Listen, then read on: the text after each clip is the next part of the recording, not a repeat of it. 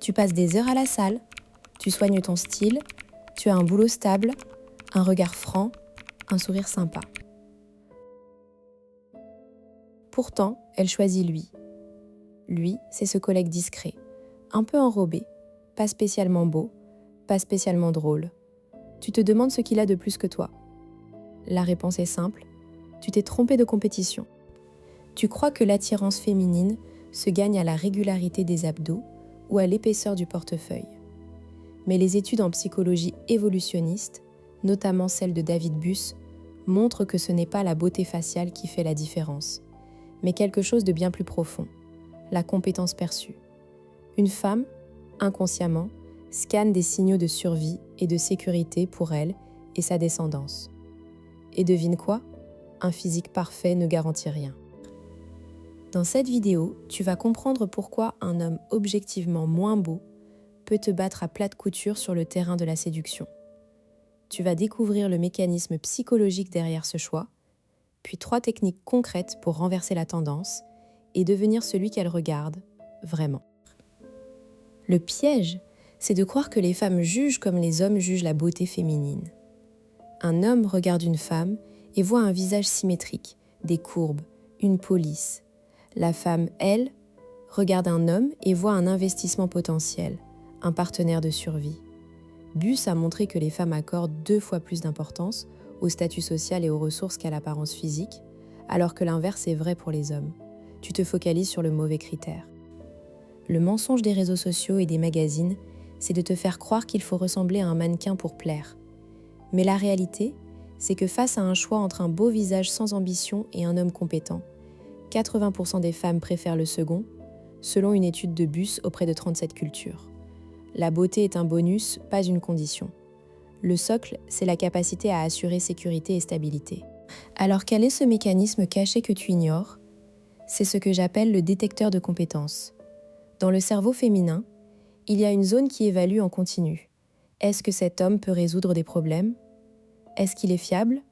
Est-ce qu'il a une valeur sociale ? Ce détecteur est bien plus actif que le simple évaluateur esthétique. L'homme moins beau, mais compétent active ce circuit. Il montre qu'il maîtrise son environnement, qu'il est capable, qu'il peut protéger. Prenons le cas d'Arthur, 34 ans, comptable à Lyon. Arthur n'est pas ce qu'on appelle un bel homme. Un peu de calvitie, un visage quelconque, un corps maigre. Pourtant, lors d'une soirée entre amis, c'est lui que Chloé, une commerciale de 30 ans, a regardé toute la soirée. Pas Thomas, le beau gosse bodybuildé qui racontait ses exploits sportifs. Qu'a fait Arthur ? Il a discuté avec le père de Chloé, un passionné de voitures anciennes. Arthur lui a parlé de la restauration d'une 2CV qu'il avait faite avec son grand-père. Il a montré des compétences pratiques, une histoire de transmission, une fiabilité.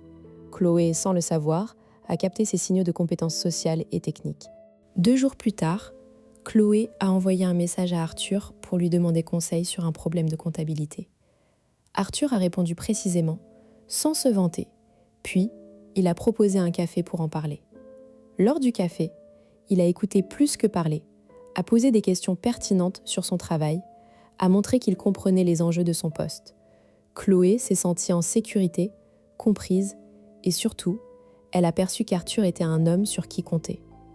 Résultat, 6 mois plus tard, ils sont en couple.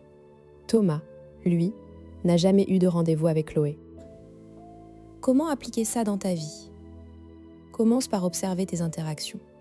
Quand tu rencontres une femme, est-ce que tu passes ton temps à parler de toi, de tes abdos, de ta voiture, ou est-ce que tu montres que tu es compétent dans un domaine qui l'intéresse ? Le piège, c'est de croire qu'il faut être le meilleur en tout. Non, une seule compétence bien réelle, bien ancrée, suffit à activer le détecteur. Ça peut être la cuisine, la guitare, la rénovation, même la connaissance des champignons. L'important, c'est que ce soit authentique. Le deuxième point, montre que tu résous des problèmes. Pas en étant un chevalier servant, mais en étant efficace. Quand elle mentionne un souci, ne te contente pas de compatir. Propose une solution concrète, même petite. Ça prouve que ton cerveau fonctionne en mode solution, pas en mode plainte. C'est ça, la compétence perçue. Troisièmement, laisse des traces de ta compétence. Ne la raconte pas, fais-la voir. Si tu bricoles, invite-la à voir ton atelier. Si tu joues d'un instrument, joue-lui un morceau. La démonstration vaut mieux que 1000 mots. Qu'est-ce que ça change de comprendre ça? D'abord, ça t'évite de courir après un idéal esthétique inaccessible. Tu lâches la pression sur ton physique et tu investis sur ce qui compte vraiment. Tes compétences réelles. Ensuite, ça te rend plus confiant. Tu sais que tu as des atouts que le beau gosse n'a pas. Enfin, ça améliore la qualité de tes relations. Quand tu séduis par la compétence, tu attires des femmes qui valorisent la fiabilité et l'intelligence, pas juste l'apparence. Voyons maintenant 3 techniques concrètes pour activer ce détecteur de compétences. Technique 1. Le problème résolu. Quand elle exprime un souci, même banal, « j'arrive pas à ouvrir ce fichier », ne dis pas « ah mince ». Dis plutôt « tu veux que je jette un œil ?» Puis, si tu peux, résous-le rapidement. Ne fais pas de blagues, ne la taquine pas, agisse.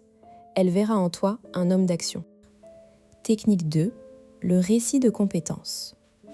Au cours d'un dîner, raconte une histoire où tu as surmonté un obstacle grâce à une compétence. Exemple, l'année dernière, j'ai organisé tout seul un festival de rue dans mon quartier. J'ai dû gérer les autorisations, la logistique, les groupes. Au final, 2000 personnes sont venues. Ne te vante pas, raconte simplement les faits. Le détecteur s'enclenche, il est capable d'organiser, de gérer, de fédérer. Technique 3.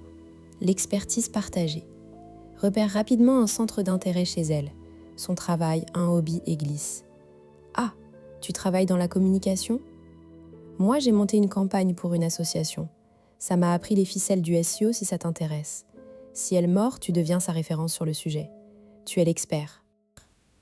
Je t'entends objecter, mais si je ne suis pas compétent dans un domaine valorisé, tu l'es forcément dans au moins un.